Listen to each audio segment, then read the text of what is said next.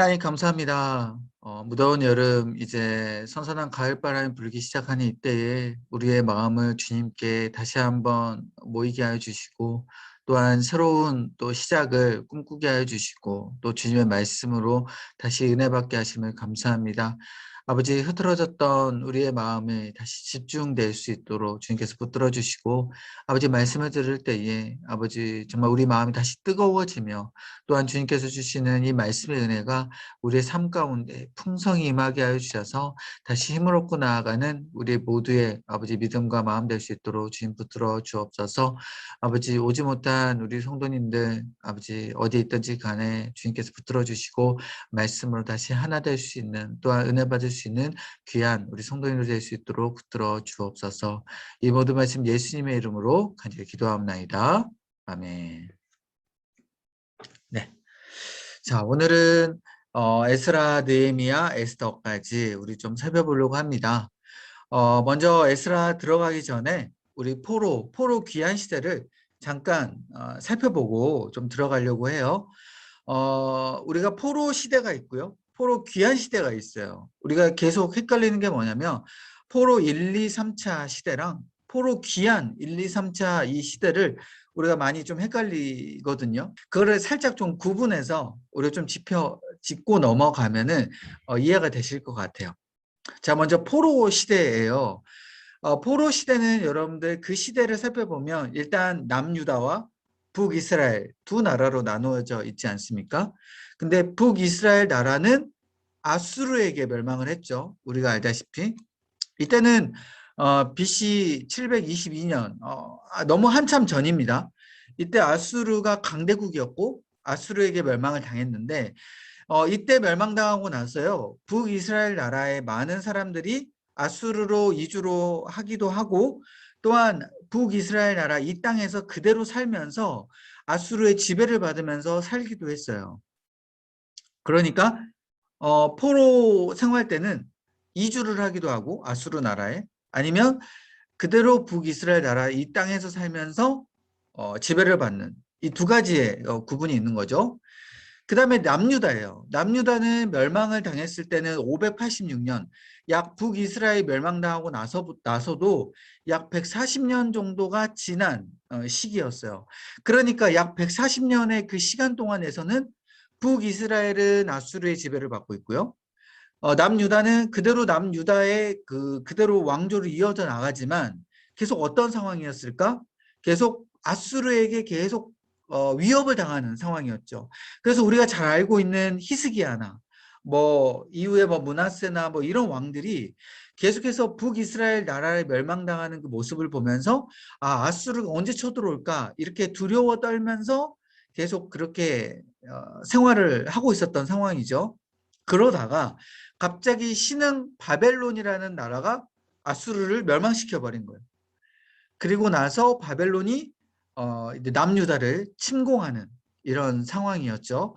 그래서 아수르는 완전히 멸망을 그 바벨론에게 당했고 이 남유다는 이제 바벨론에게 아수르는 이미 멸망당했으니까 이제 바벨론에게 바톤 터치가 돼서 바벨론이 남유다를 이제 위협하는 그런 상황이었습니다.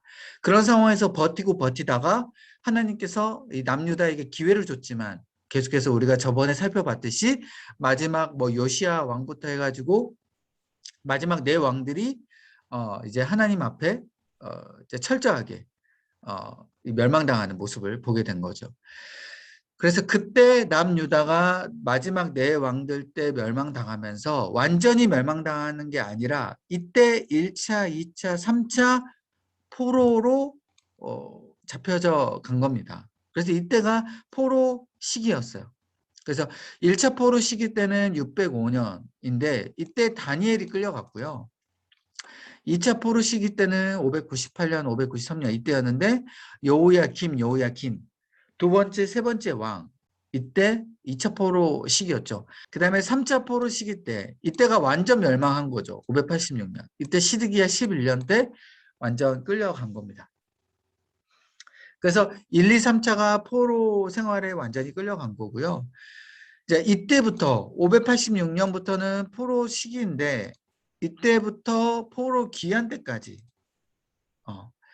539년 학계 스가랴가 귀환을 하게 됩니다. 이때 1차 포로 귀환이었어요. 그러니까 쉽게 말씀드리면 얼마 차이가 안 나요. 마지막 완전 멸망당했을 그 시기와 1차 포로 귀환 시기를 한번 보세요. 이때가 바벨론이 이제 무너지면서 이제 메데바사 페르시아가 그 정권을 장악을 하게 된 겁니다. 그래서 이때 학계 스가랴가 같이 1차 포로 시기 때 귀환을 하게 된 거예요. 그래서 우리가 잘 알고 있는 메데바사 첫 번째 왕, 페르시아 1번 왕이 고레스 왕이었는데, 고레스 왕이 조서를 내려가지고 이스라엘 백성들을 귀환시켜라. 그래서 1차 때 오게 된 겁니다. 그래서 이때 오게 된 사람이 누구냐면 수르바벨이랑 예수아라는 두 사람이 행정적인 지도자로서 이스라엘 백성들을 이끌고요, 오게 된 거예요. 그래서 이때부터 성전 공사를 이제 준비를 해서 성전을 이제 짓기 시작합니다. 그래서 예루살렘 성전을 재건을 한 게 536년 공사를 시작했고, 이때 49,897명이 귀환을 하게 됐어요. 1차 포로 귀환 때. 그래서 봐보세요. 성전 공사 재건을 시작을 한 게 536년인데 1차 포로 시기 때로 계산을 해보면 약 70년이에요. 3차 포로 때는 50년이고 1차 포로 때는 약 70년. 그러니까 바벨 다니엘이 끌려가면서 예레미야가 이때 예언을 했잖아요. 막 우리가 예레미야 애가 읽으면서 이제 나라가 멸망하는 그런 슬픔 상황들을 예레미야가 막 애통하면서 이 표현을 했는데, 이때 예레미야가 예언을 받았던 게 지금 끌려가지만 70년 뒤에는 너희들이 재건이 될 것이다 라고 한 이 재건의 시기가 바로 1차 포로 시기와 마지막 1차 귀환 시기, 이때 성전 재건 시기, 이때가 맞물려 있는 거예요. 다시 정리를 하자면 3차 포로 시기와 1차 포로 귀환 시기는 약 45년 정도밖에 시간이 차이가 안 나지만, 예레미야가 받았던 그 70년이 지나면 그 회복이 된다라는 그 예언은 1차 포로 시기하고 마지막 성전 재건 시작할 때 이 시기로 여러분들이 보셔야 된다. 뭐 지금 연도를 이야기하니까 막 헷갈리실 수 있는데, 쉽게 얘기하면 그냥 1차 포로와 성전 재건 시기, 70년이라는 이 포로 생활은 이 시기로 보는 거구나, 여러분들이 생각하시면 돼요. 그리고 메데바사 페르시아 때, 이때는 고레스 왕이 조서도 내리고 귀환을 했기 때문에 뭔가 분위기가 바뀌었다라고 여러분들이 생각하시면 되고요. 오늘 배울 바로 에스라가 바로 이 2차 포로 귀환 시기였어요. 그래서 BC 458년에 2차 포로 귀환을 했거든요. 벌써 1차 포로 귀환 때보다 2차 포로 귀환이 시기가 엄청 길어요. 그죠? 대략 몇 년인가요? 뭐 거의 뭐 한 100년 가까이 되잖아요. 그렇기 때문에 일단은 이 100년 가까운 된 가장 긴 이 시간 동안에 이 이스라엘 백성들이 귀환을 하고 1차 포로 때, 2차 포로 귀환 때 귀환을 하고 성전 재건을 하고 시간이 오랜 시간이 지났어요. 근데 이때 당시에는 굉장히 어려운 시기였습니다. 왜냐하면 영적 부흥도 없었고요. 뭐 하나님이 누구신지는 알았지만 뭐 예배나 뭐 제사 이런 것들이 제대로 되지 않는 시기였습니다. 굉장히 이스라엘 백성들이 영적으로 다운돼 있었고 어려운 시기였죠. 이때 에스라가 같이 귀환을 해가지고 이스라엘 백성들을 영적 부흥을 시킵니다. 그래서 1756명, 1차 때 비해서는 굉장히 적은 숫자가 귀환을 했지만 새로운 영적 부흥이 이때 일어났어요. 오늘 에스라 살펴보면서 보겠지만, 그리고 3차 포로 귀환 때 보면은 이때는 얼마 되지 않은 시기죠. 2차 포로 때 이후에 거의 한 뭐 14년 정도?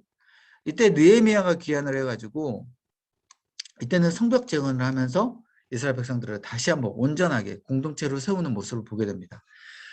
그래서 여러분들 포로 때와 포로 귀환 시기를 구분을 하시고 귀환 시기 때도 1차 때와 2차, 2, 3차를 조금 구분을 하셔야 돼요. 아, 1차 때 끝나고 나서 아, 오랜 시간이 지났구나.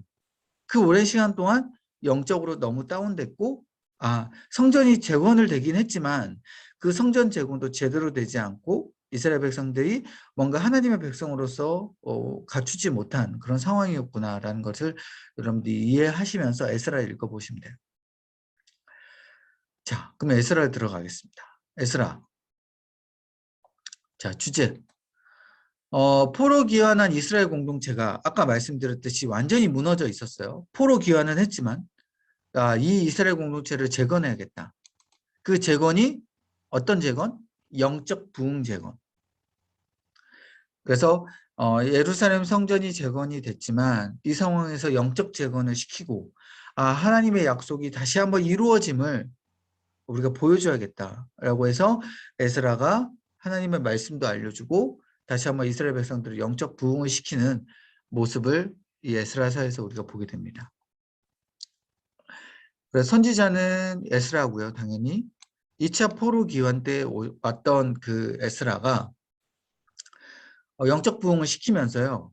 14년 뒤에 3차 포로 기환이 느헤미야가 오게 되는데 느헤미야가 왔을 때 서로 에스라 느헤미야가 합작해서 성벽 재건도 또 같이 하고 영적 부흥을 같이 이루어가는 그런 모습이 보게 돼요. 그래서 에스라와 느헤미야는 짝꿍책이에요. 연결되어 있는 책. 느헤미야가 3차 포로 기환은 했지만 시기가 그렇게 멀지 않은 시기고 같이 영적 부흥이 이루어가는 모습이기 때문에 그 다음에 전체의 내용을 한번 보시면 이 포로 기환을 해가지고 성전을 재건하고요. 영적 회복하는 이야기다. 그래서 성전도 100년 전에 이미 재건을 시작을 했고 했지만 성전이 완전하게 수축되진 않았어요. 완전히 건설되진 않은 상황이었어요. 왜냐? 중간에 방해하는 무리들이 너무 많았기 때문이에요. 그래서 성전이 완성되지 않은 상황에서 에스라가 성전부터 완성시켜야겠다. 그리고 완성시키고 이스라엘 백성들을 다시 영적 부흥을 시켜야겠다라고 해서 이스라엘 백성들에게 재헌신을 요구합니다. 그래서 하나님을 섬기기 위해서 2차 백성들이 우리는 돌아왔다. 너희들 돌아와서 5만 명이나 되는 사람들이 와서 너희들 한 게 뭐냐? 하나님 앞에 너희들 다시 헌신해야 된다. 라고 강하게 푸시하죠. 그래서 하나님에 대한 말씀, 이 신앙을 다시 회복하기 위해서요. 율법을 다시 강조합니다. 너희들 율법을 따라야 된다. 특별히 이 율법을 따라야 된다 이야기하면서 무엇을 이야기했냐? 이방 여인을 쫓아내야 된다라고 이야기해요. 지금 현재 어떤 상황이냐면 자폰이 많이 이루어져 있는 상황이에요. 자폰. 자폰이 뭐예요? 이방 여인과 결혼하는. 그래서 율법에서는 뭐라고 이야기합니까? 이스라엘 백성들끼리 선택된 백성들끼리 결혼을 하고 그 상황에서 하나님을 제대로 섬겨라 라고 율법에서 이야기했지만 이스라엘 백성들은 그 100년이 넘는 그 시간 동안 돌아와서 뭐 한 거예요?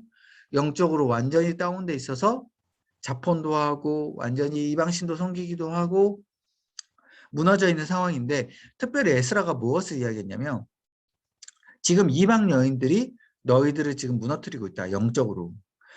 옛날에 이스라엘 백성들이 출애굽하고 나서 비느하스가 어때요? 이방 여인들과 결혼한 이스라엘 백성들을 죽였잖아요. 미디안 여인들과 결혼을 한 이스라엘 백성들은. 그래서 의분에 차서 이 비느하스 제사장이 가서 이방 여인들을 죽이고 이스라엘 백성들을 죽인 그런 의분, 그런 의분들이 이 에스라에게도 있었던 것이죠. 그래서 너희들 지금 당장 이방 여인을 쫓아내고 하나님 앞에 다시 한번 돌아와라 라고 선포를 하고 있습니다. 그래서 에스라는 이러한 재헌신을 이야기하고 있고요. 총 10장이에요. 길진 않아요. 자, 먼저 1장부터 6장, 그 다음에 7장, 8장, 90장 총 3부분으로 나눠지게 되는데 먼저 앞부분 1장부터 6장까지 보게 되면 에스라가 그 성전 그 회고에 대한 부분을 이스라엘 백성들이 이야기를 합니다. 지금 이스라엘 백성들이 1차 포로 귀환하고 나서요. 무너져 있기 때문에 안 되겠다. 얘들을 성전을 처음 짓기 시작했던 그 마음, 너희들이 처음 포로 귀환하고 나서도 어떠한 마음이었는지를 너희들이 제대로 뭔가 깨달아야 된다라고 에스라 제사장이 어때요? 이스라엘 백성들에게 성전을 처음 짓기 시작했던 그 마음들을 역사를 알려주기 시작을 한 거예요. 여러분 생각해 보세요. 거의 뭐 80년 이상의 시간이 지금 지났는데 그 전에 이미 포로 귀환했던 사람들이 이미 죽을 확률도 많이 있었고 그리고 세대 교체가 되면서 처음에 자신들이 태어나자마자 자신들은 이스라엘 백성의 땅에 살고 있고 그냥 앞선 선조들이 귀환을 했나 보다라고 그렇게 생각을 했던 후손들이 많이 있지 않겠습니까? 그런 후손들에게 너희들이 다시 하나님이 지금 누구시고 하나님이 왜 1차 포로 귀환을 시켰고 너희들이 지금 성전을 재건을 하게끔 했는지를 지금 다 알려주고 있는 거예요. 그래서 특별히 바사 처당 고레스가 포로 귀환을 시켰잖아요. 80년 거의 90년 전쯤에. 이때 하나님이 어떻게 이방 왕을 통해서 귀환을 시켰고 세상에 다른 이방 왕이었지만 그 이방 왕이 오히려 너희들을 귀환해서 성전 재건해라.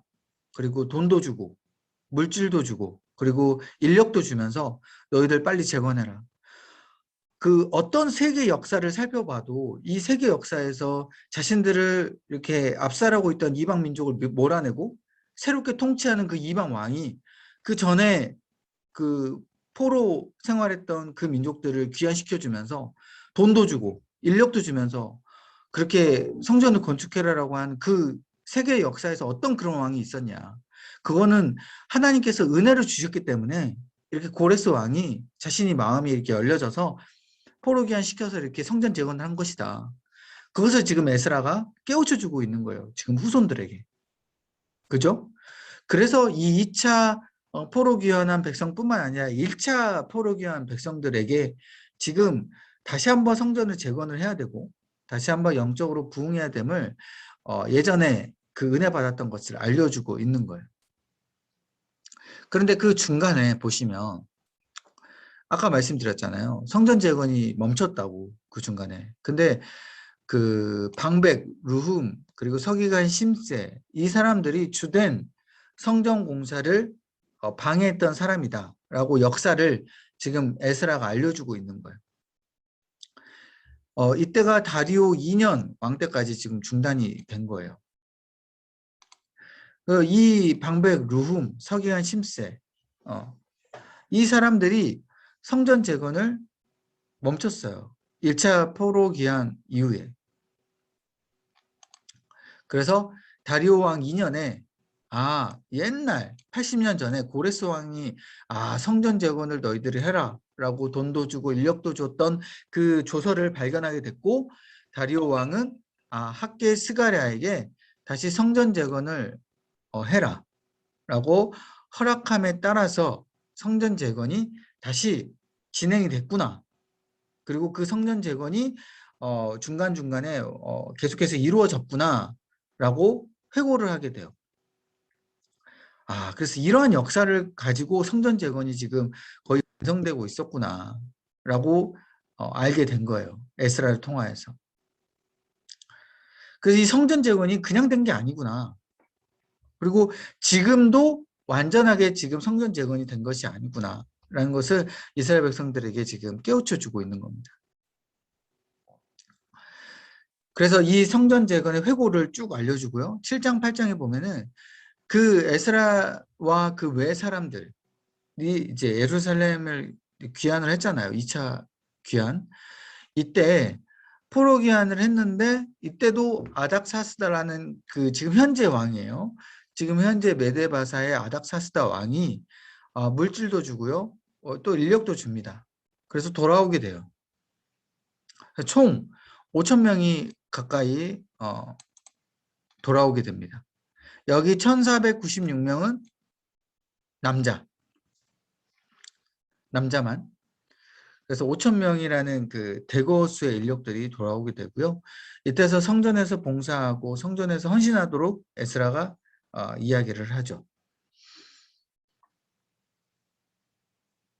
그래서 이거는 행정적인 부분을 지금 현재를 이야기를 해주고 있고요. 90장은 이제 에스라가 돌아오고 나서 아까 말씀드렸던 자폰에 대해서 설명을 해줍니다. 자, 성전에서 봉사를 하고 너희들이 지금 현재 어떤 것을 제거를 해야 되냐? 자폰을 제거해야 된다. 그래서 너희들이 지금 결혼했던 모든 이방 여인들 다 돌려보내라. 그리고 너희들 거룩함을 다시 깨우쳐라.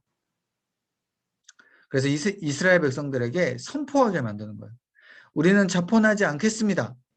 이방 여인과 결혼하지 않겠습니다.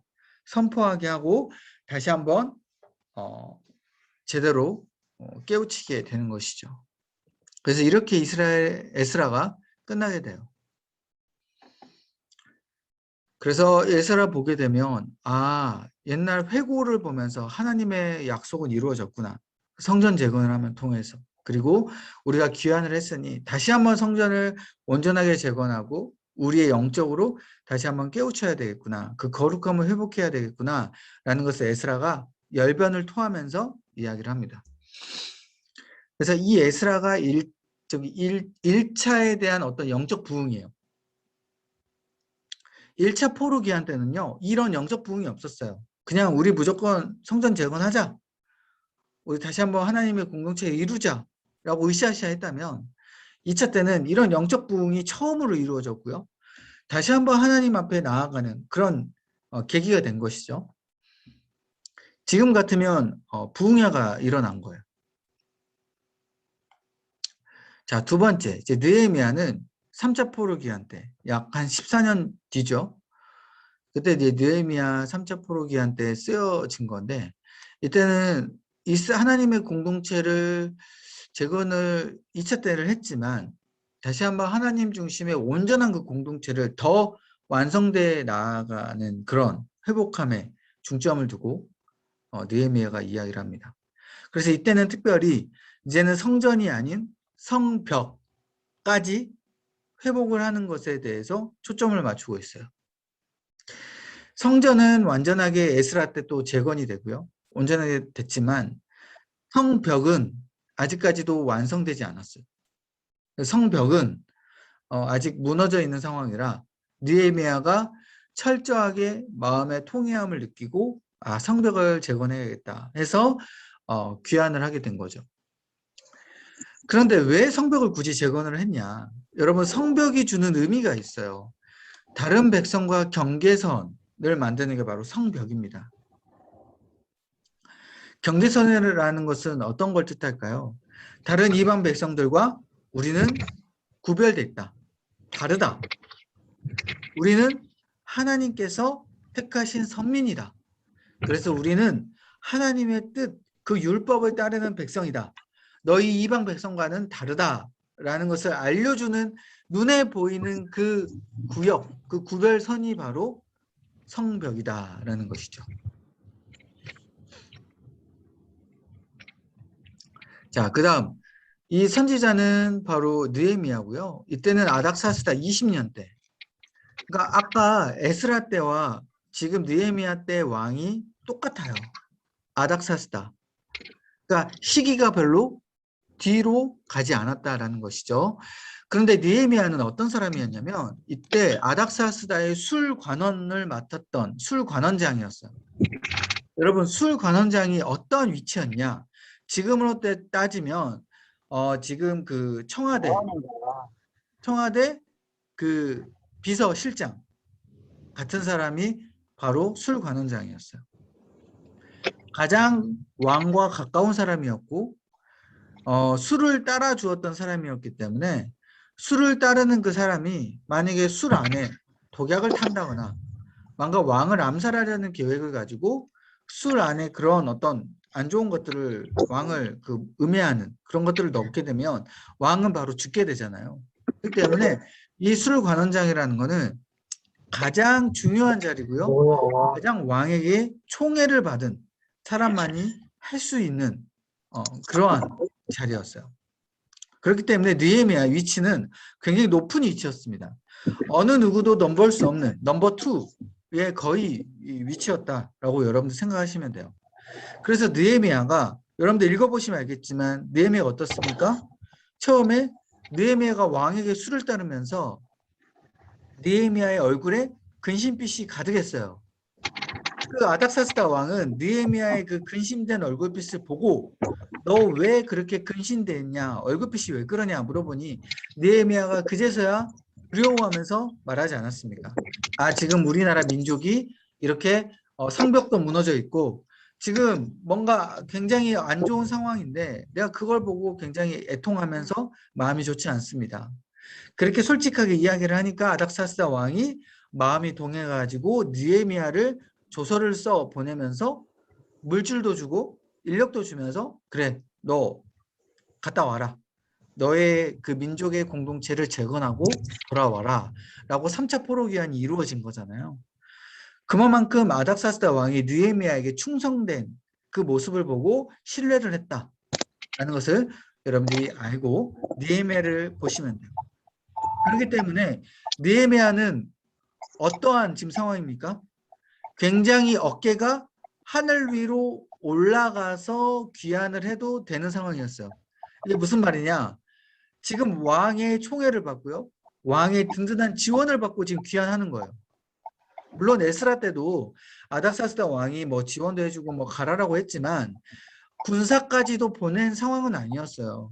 그냥 뭐 성전 뭐 조금 재건해라. 돈도 주고 할 테니까 가서 재건해라라고 그냥 조서만 주고 보냈던 상황인데 느헤미야 때는 지금 아닥사스다 왕이 군사까지 보낸 상황이었어요. 군사를 보낸 이유가 뭘까?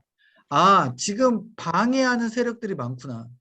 이스라엘 공동체가 재건하는 데 있어서 방해하고 또 성전뿐만 아니라 그런 성벽을 재건하려면 그런 방해하는 세력들을 무찔러야 되고 또 인력도 필요하니까 가서 방해 세력들을 무찔러라 하고 지금 군사를 같이 등에 업고 가기 때문에 느헤미야는 단순히 이스라엘 백성의 입장에서 간 게 아니라 아닥사스다 왕의 군대 거의 장관으로 지금 파견을 받은 거다라고 여러분들이 보시면 돼요. 그러니까 느헤미야는 말만 하면요, 아닥사스다 왕의 명령을 시행할 수 있는 그런 권력을 지금 가지고 있는 거예요. 자, 그렇기 때문에 내용을 보시면 지금 원수들이 있다 그랬잖아요. 원수들이 가진 조롱을 하고 방해 공작을 해요. 그럼에도 불구하고 느헤미야를 보시면 느헤미야는 전혀 흔들리지 않습니다. 중간에 보시면 산도깨비가 있거든요. 산도깨비. 그 산도깨비라는 게 누구냐? 여러분 그 보시면 산발랏, 도비야, 게셈 앞에 이름을 따면 산도깨비잖아요. 이 산도깨비들이 계속 방해 공작을 해요. 그 방해 공작을 해도 느헤미야가 흔들리지 않아요. 왜? 자신은 언제든지 군사가 있고 말만 하면 저들을 물리칠 수 있으니까. 그래서 성벽 재건을 52일 만에 해버립니다. 도착을 해가지고 뭐 물질도 있겠다. 뭐 군사력도 있겠다. 인부도 있겠다. 뭐 맘만 먹으면 성벽 재건을 해버리니까 총 8개의 그 문, 성벽에도 8개의 문이 있거든요. 그 넓은 광활한 그 성벽을요. 52일 만에 재건을 해버려요. 그러니까 느헤미야는 완벽한 지금 같으면 돈도 많고 권력도 있는 뭐 대기업 회장의 아들이라든지 아무튼 그러한 사람인 거죠. 그러니까 느헤미야를 보게 되면 믿음이 흔들리지 않는 굳건한 모습을 우리가 알 수 있어요. 아, 우리가 삶을 살아가다 보면 이러한 굳건한 모습이 우리에게 필요하지 않겠나. 자, 그래서 총 13장으로 되어져 있고요. 첫 번째 1장부터 7장까지는 느헤미야의 통치 아래에 이제 성벽 재건을 하는 모습을 보여주게 됩니다. 방금 말씀드렸듯이 통치예요, 통치.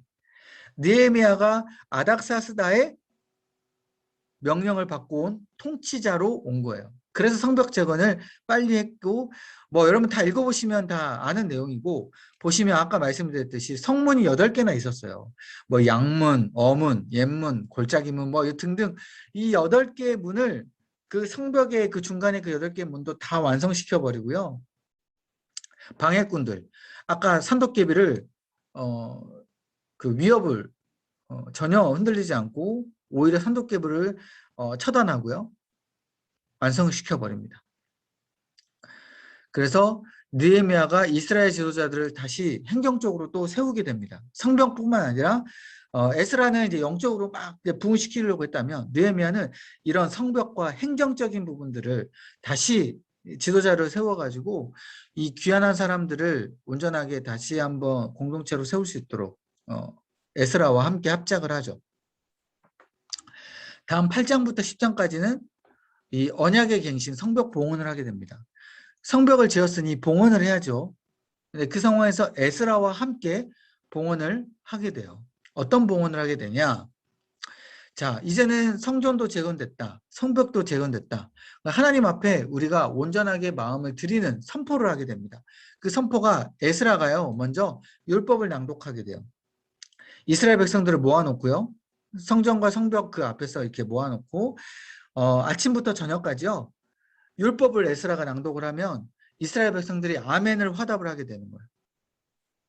너희들, 자, 우리 하나님께서 이렇게 말씀하셨습니다. 그러면은 이스라엘 백성들이 아멘, 우리는 그걸 따르겠습니다 하면서 계속해서 부흥 집회가 이루어지게 되는데 그게 무려 7일 동안 부흥 집회를 이렇게 율법을 낭독하고 아멘하면서 이루어지게 되는 거예요. 그래서 이스라엘 백성들의 지도자들도 차례대로 나와서 죄를 자복하게 됩니다. 그래서 율법을 아멘 낭독하고요. 지도자들은 나와서 우리가 이걸 잘못했습니다. 앞으로 잘하겠습니다. 라고 회개하는 그런 부흥성회가 이루어지게 되고요. 또한 이스라엘 백성의 지도자들이 하나님의 율법을 잘 지키겠다고 이 언약 가운데 이름을 적게 돼요. 지도자들의 대표로 이름을 적게 되죠. 이름을 적고 임봉을 합니다. 그래서 새 출발을 하게 됩니다. 이 이름을 적고 임봉하는 이유가 뭘까? 다시 한번 우리는 실패하지 않겠다.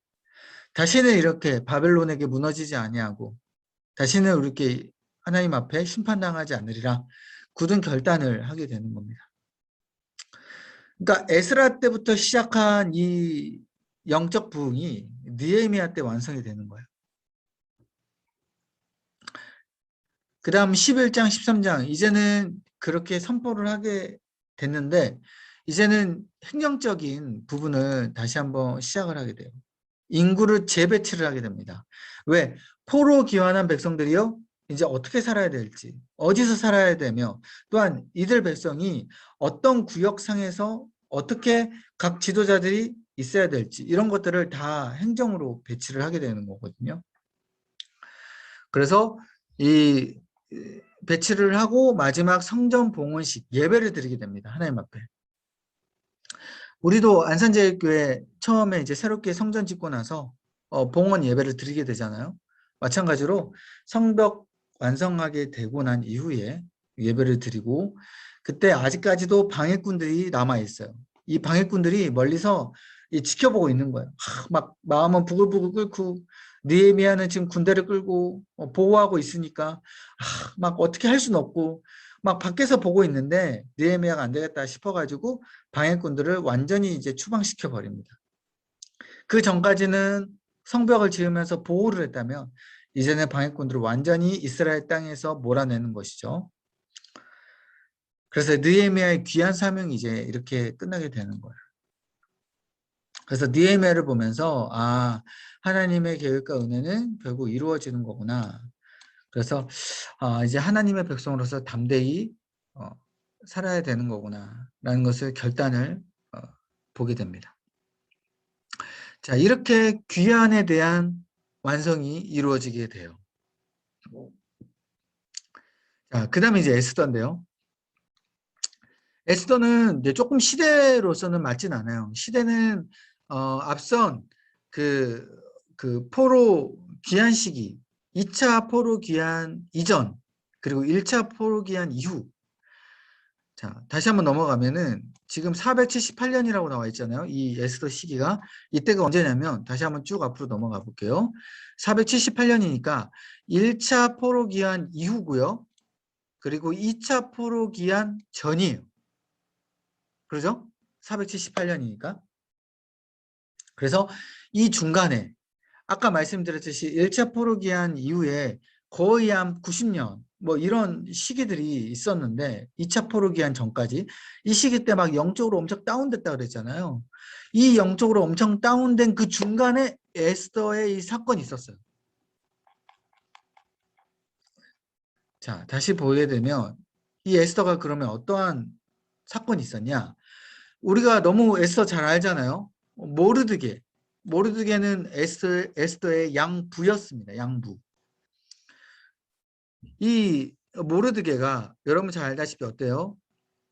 어, 절을 하지 않았다고 해서. 그죠?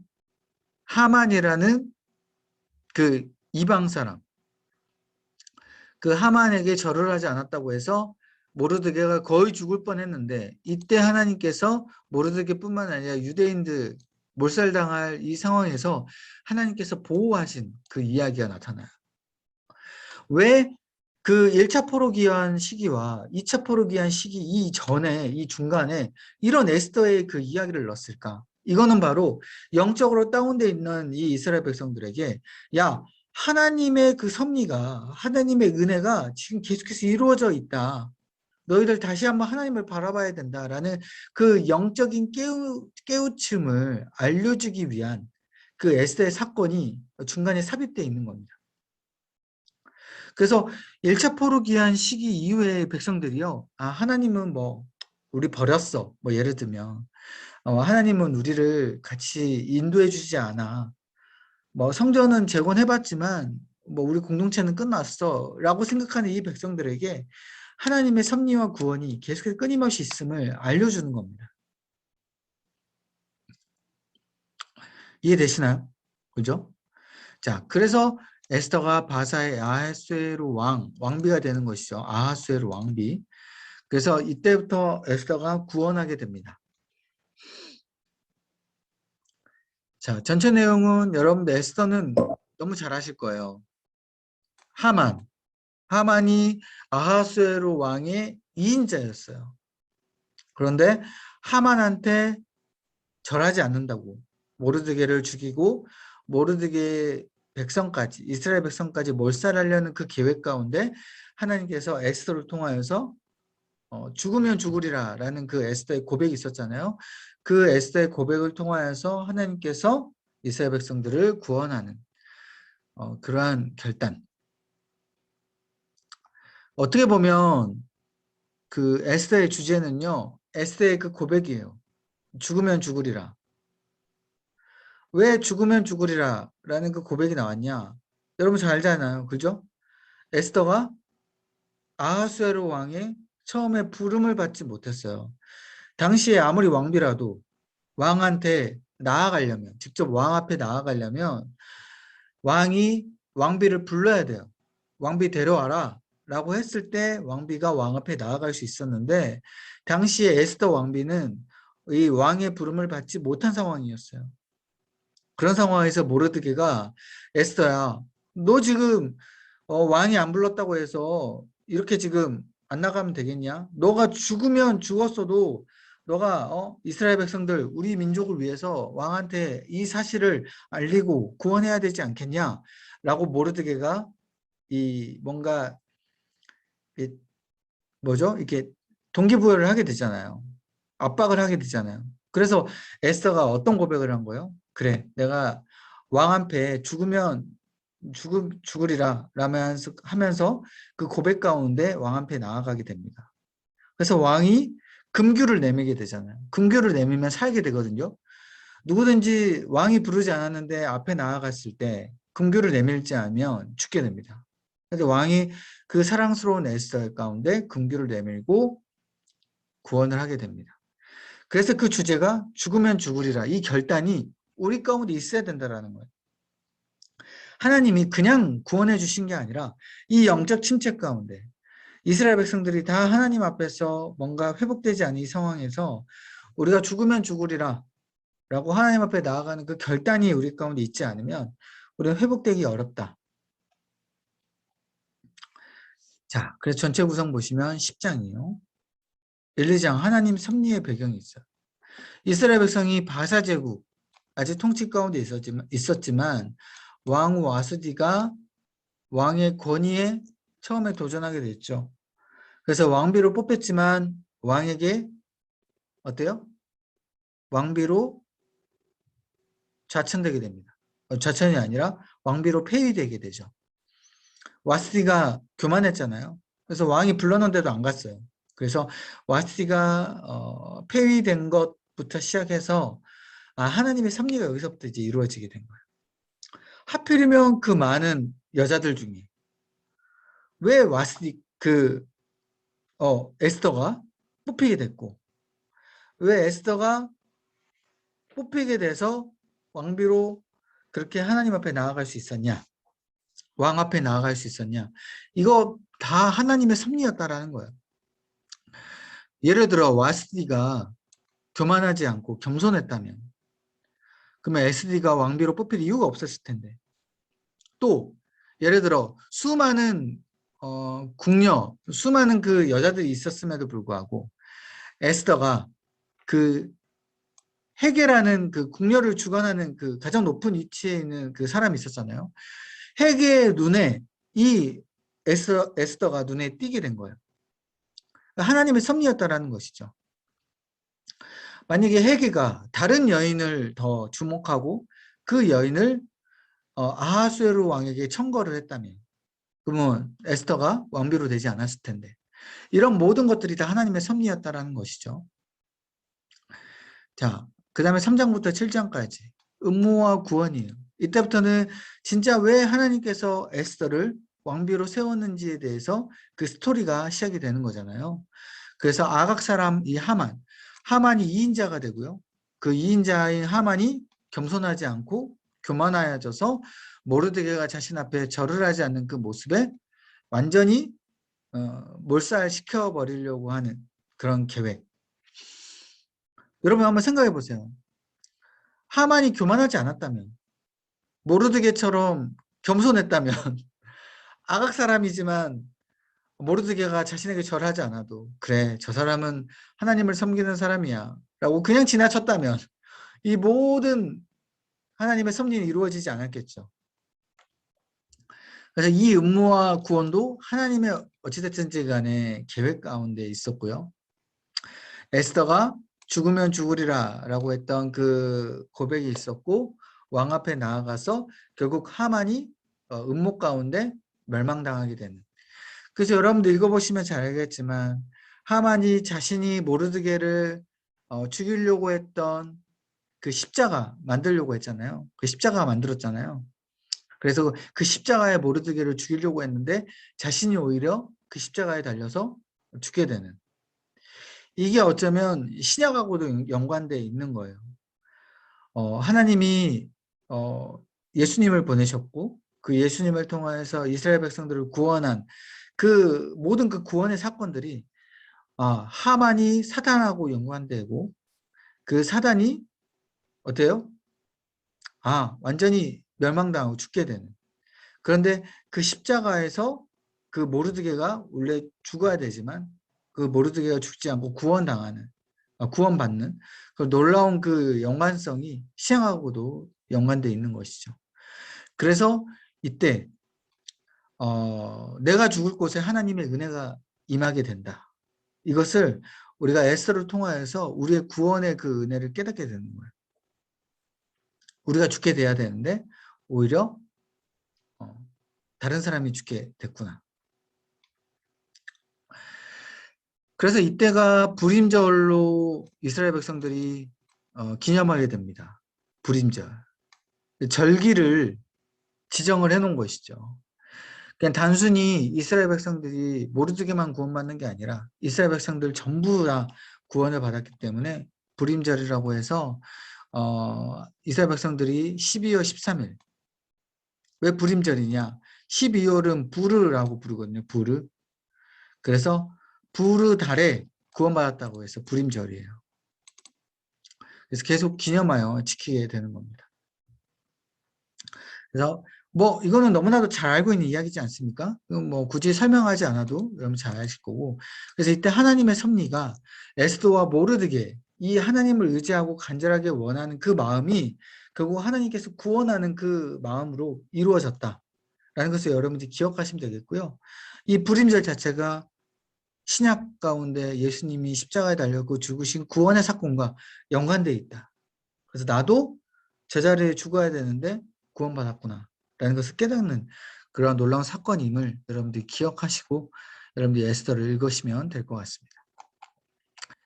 자, 거의 길었는데요. 이해되시죠? 네.